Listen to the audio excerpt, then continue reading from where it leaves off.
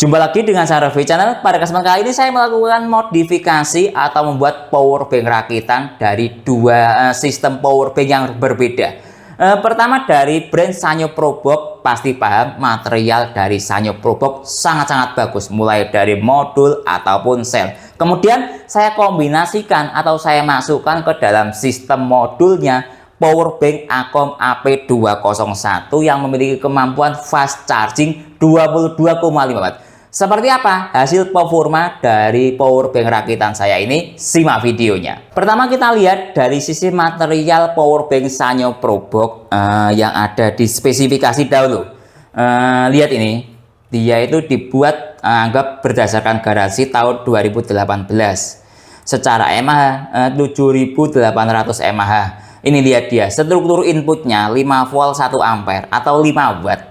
Nah, zaman sekarang ngecas power bank kapasitas 7800 mAh, inputnya 5 watt, ya mau penuh kapan? Kan gitu. Makanya saya modifikasi. Kemudian dari sisi output, lihat ini USB-C 1, maksud saya USB 1, 5 volt kali 1,2 ampere sama dengan anggap 5 watt lah ya, atau silakan dikalikan sendiri. Kemudian USB 2 dia 5 volt kali 2,1 ampere, anggap sekitar 10 watt. Nah, ya secara input output untuk area sekarang, zaman sekarang ya terkesan lama kan gitu ya, tapi ini adanya data seperti ini. Kemudian saya ingin untuk memodifikasi dari power bank ini, saya bongkar ya.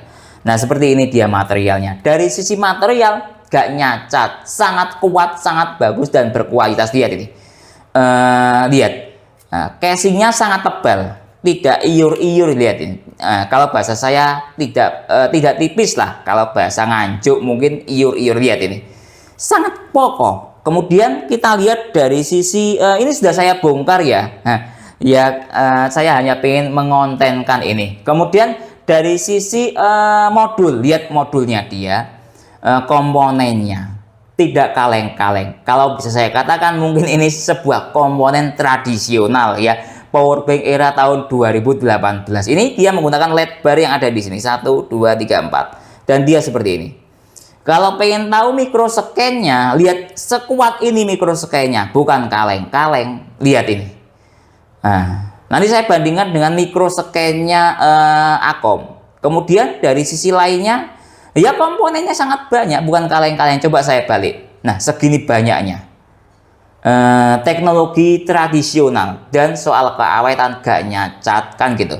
Cuman lama karena inputnya 5 watt, outputnya 10 watt maksimalnya kan ya, zaman sekarang. Nah ya, mungkin dari sisi ini coba. Kemudian dari sisi material baterai ini saya tutup ya karena sudah saya pasang.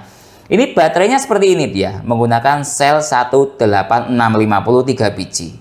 Nah, yang saya kaget itu dia ada BMS-nya. Saya mengatakan BMS. Biasanya saya itu membongkar power bank sel polimer tidak ada BMS-nya seperti ini. BMS-nya itu. Nah, ini kalau pengen tahu serinya dia seperti ini. Mungkin ini tahun 2011 ya. Nah, ini serinya dia.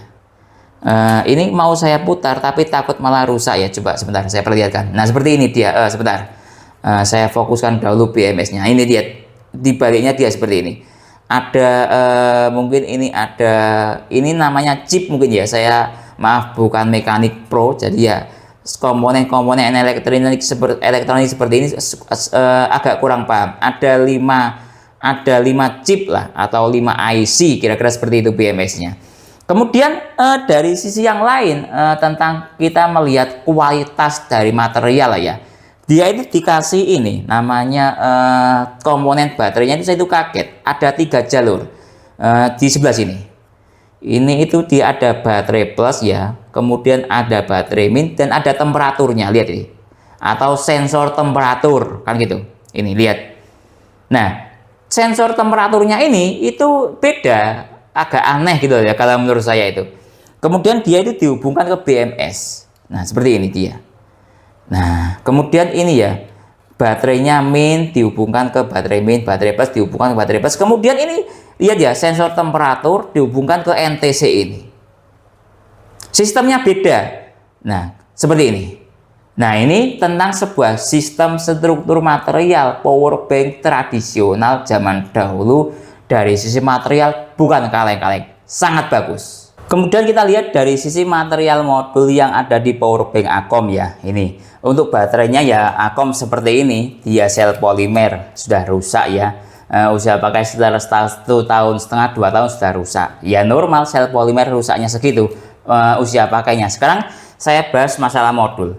Lihat ini modulnya dia seperti ini. Kalau dibandingkan misalnya dengan modulnya ini, modulnya Probox Sanyo, lihat beda. Kemudian saya balik ini, coba seperti ini komponennya. Nah lihat ini, mungkin ya beda teknologi ya. Kalau kita berpikir banyaknya komponen ya bagus Sanyo Probox, beda jauh.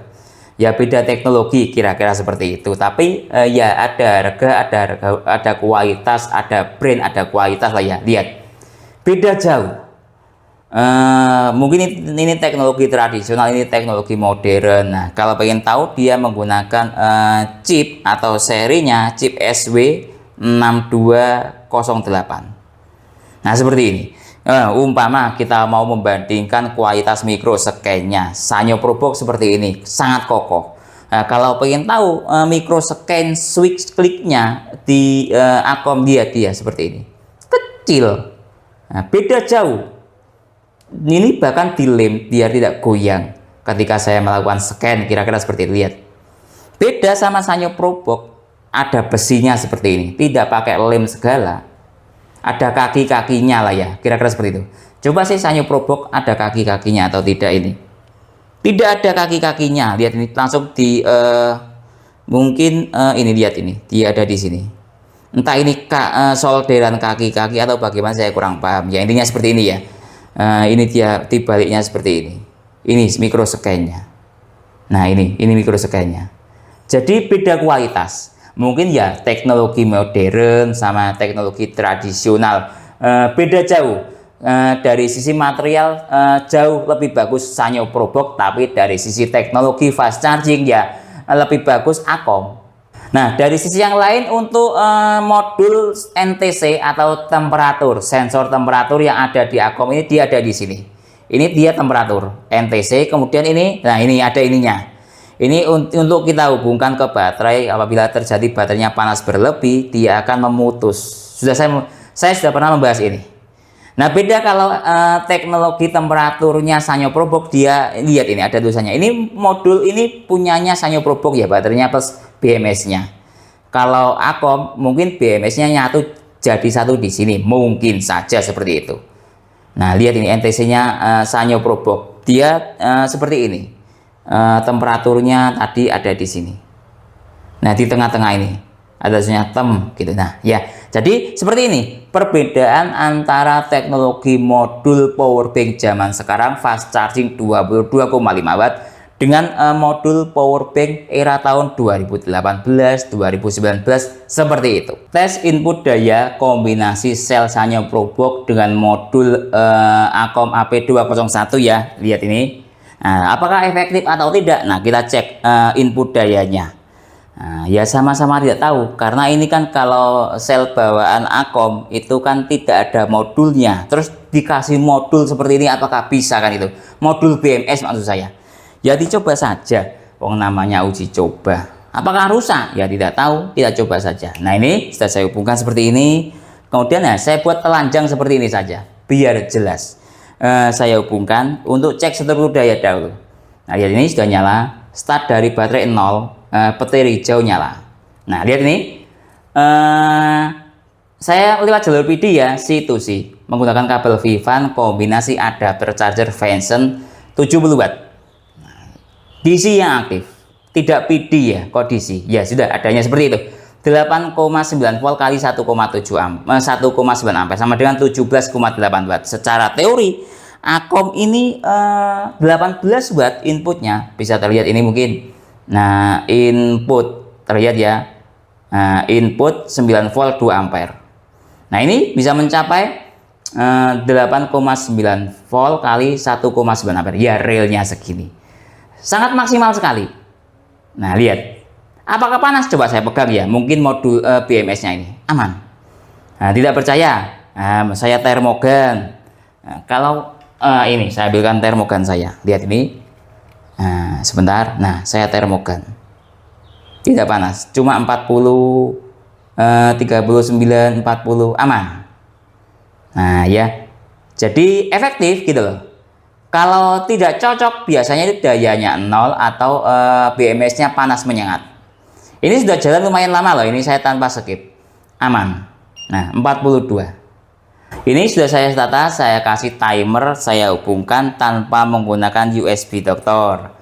Saya buat seperti ini saja biar terlihat jelas selnya. Start dari baterai 0% ya ini, 0. Petir hijau aktif. Timernya saya nyalakan sekarang. Selanjutnya kita tunggu sampai full charging. Membutuhkan waktu berapa menit atau berapa jam? 2 jam lebih 51 menit telah berlalu. Kita cek ini power bank-nya sudah terisi penuh.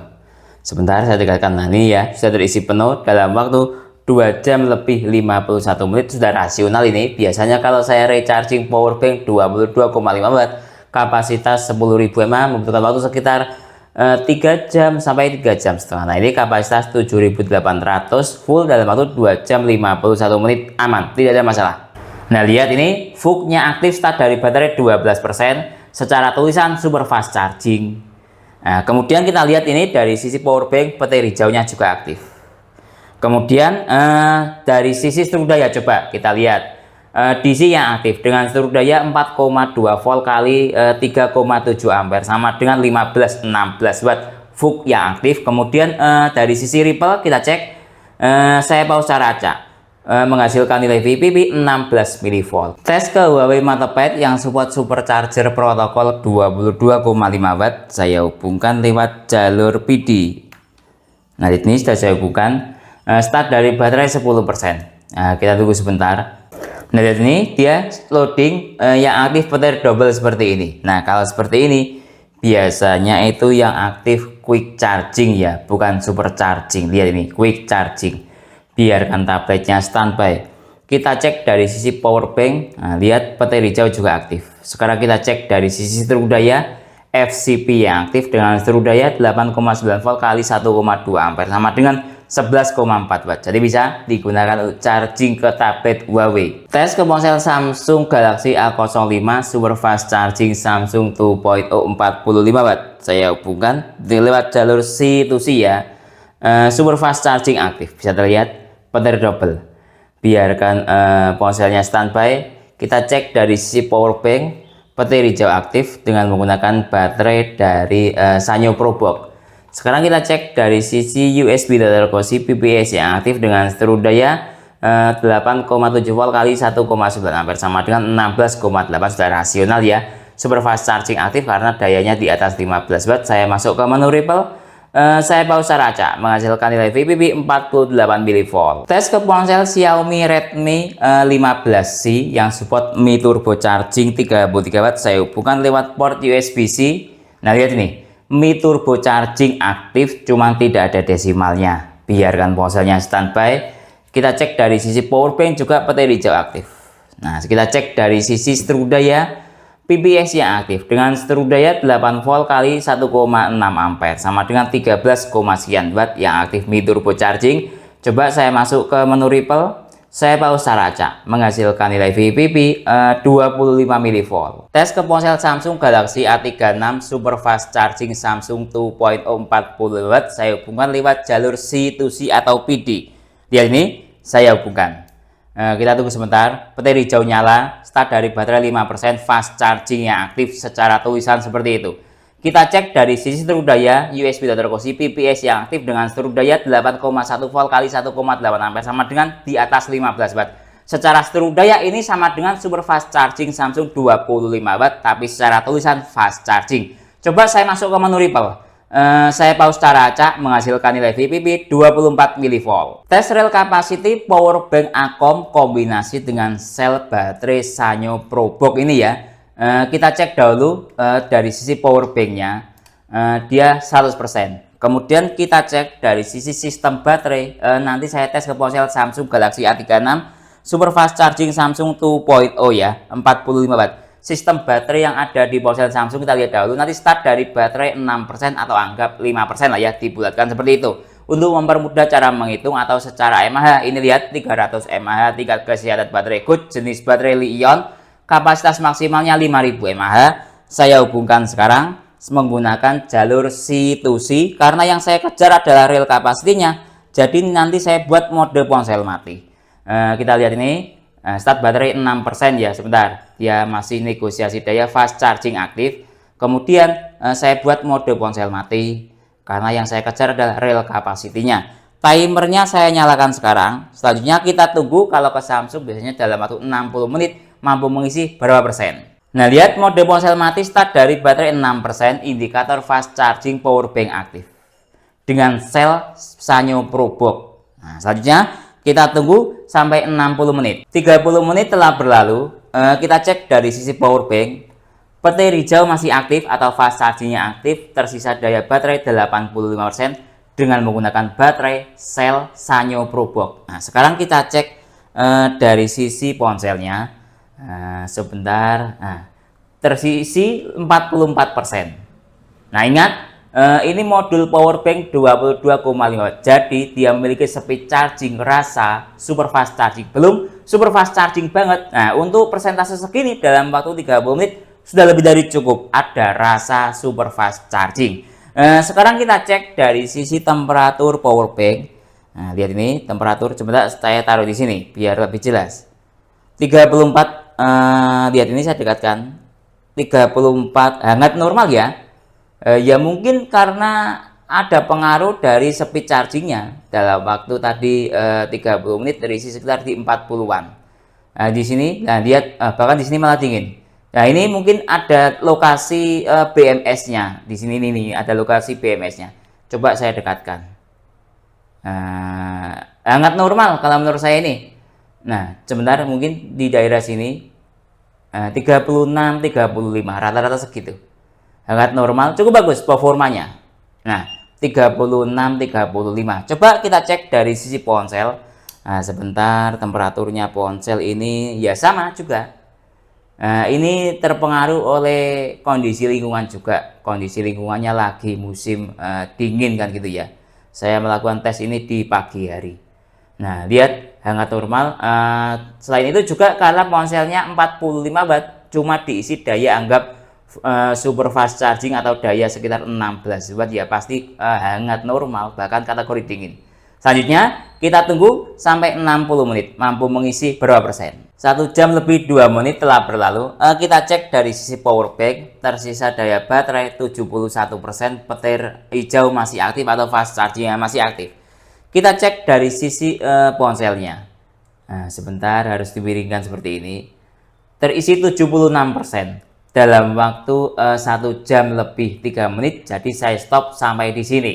Nah, ini ponselnya sudah saya nyalakan. Kemudian secara mAh tadi start dari baterai 6% ya, atau start dari baterai 6% sekitar 300 mAh. Ini ada penambahan berarti 3000, anggap ada penambahan 3500 mAh untuk tes real capacity tahap pertama. Tes real capacity tahap kedua, lihat baterainya tersisa 71%. Kali ini akan saya tes ke ponsel Oppo Reno 3 yang support VOOC 20 watt. Kita lihat dahulu dari sisi sistem baterai yang ada pada ponsel ini. Nanti start dari baterai 12%, secara mAh 480 mAh, atau saya buatkan start dari baterai anggap 500 mAh. Gitu saja ya, untuk mempermudah cara menghitung nanti. Tingkat kesehatan baterai good, teknologi baterai jenis baterai Li-ion, kapasitas maksimalnya 4025 mAh. Karena yang saya kejar adalah speed chargingnya, jadi nanti saya buat mode ponsel mati. Pertama kita cek dahulu dari sisi struktur daya power bank kombinasi ini ya, Akom kombinasi Sanyo ProBox. Saya hubungkan sekarang. Nah, lihat ini, sebentar saya nyalakan dahulu power banknya. Nah, lihat ini VOOC-nya aktif start dari baterai 12%, secara tulisan super fast charging. Nah, kemudian kita lihat ini dari sisi power bank, petir hijaunya juga aktif. Kemudian dari sisi struktur daya coba kita lihat DC yang aktif dengan struktur daya 4,2 volt kali 3,7 ampere sama dengan 15-16 watt. VOOC yang aktif. Kemudian dari sisi ripple kita cek, saya pause secara acak, menghasilkan nilai VPP 16 mV. Kemudian kita lanjut menuju tes speed charging. Saya cabut dahulu ini USB Dr. Cozy-nya, kemudian saya hubungkan, nanti saya buat mode ponsel mati. Nah ini lihat, nah, sudah, kita tunggu sebentar sampai notifikasi VOOC-nya aktif ya. Kemudian ini saya matikan ponselnya karena yang saya kejar adalah speed charging atau real capacity-nya. Nah ini ponselnya sudah mati. Timernya saya nyalakan sekarang. Selanjutnya kita tunggu sampai daya yang ada di power bank ini habis baterainya atau ini full charging. Membutuhkan waktu berapa menit atau berapa jam. 30 menit telah berlalu. Lihat ini power banknya sudah mati dayanya. Coba saya nyalakan 0%. Nah ya, jadi sudah habis total. Coba saya cabut dahulu, kemudian timernya saya stop dahulu. Saya nyalakan dahulu ponselnya untuk melihat terisi berapa persen untuk pengisian real capacity yang terakhir. Nah lihat ini ponselnya sudah nyala. Sekarang saya analisis menggunakan aplikasi untuk mempermudah cara penyampaian. Tadi start dari kapasitas baterai sekitar 500 mAh. Saya bulatkan seperti itu. Sekarang ada penambahan baterai di 2640 mAh.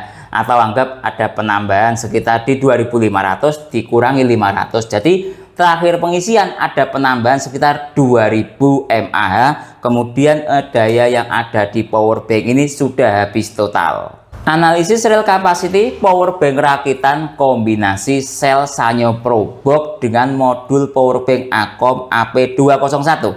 Tadi pertama untuk charging ke ponsel Samsung A36 terisi 3500. Kemudian terakhir ke ponsel Oppo Reno 3 ini ada penambahan baterai atau terisi sekitar 2600 dikurangi start dari baterai 500, anggap ini dibulatkan menjadi 2000 lah ya penambahannya. Jadi 3500 ditambah 2000 sama dengan 5500 dari sel capacity sel Sanyo ProBox ini ya. Kita lihat ini, dia itu sel kapasitinya 7800. Nah realnya bisa mencapai hingga 5500. Apakah itu sebuah performa yang biasa atau buruk atau sangat bagus? Saya ada pembanding.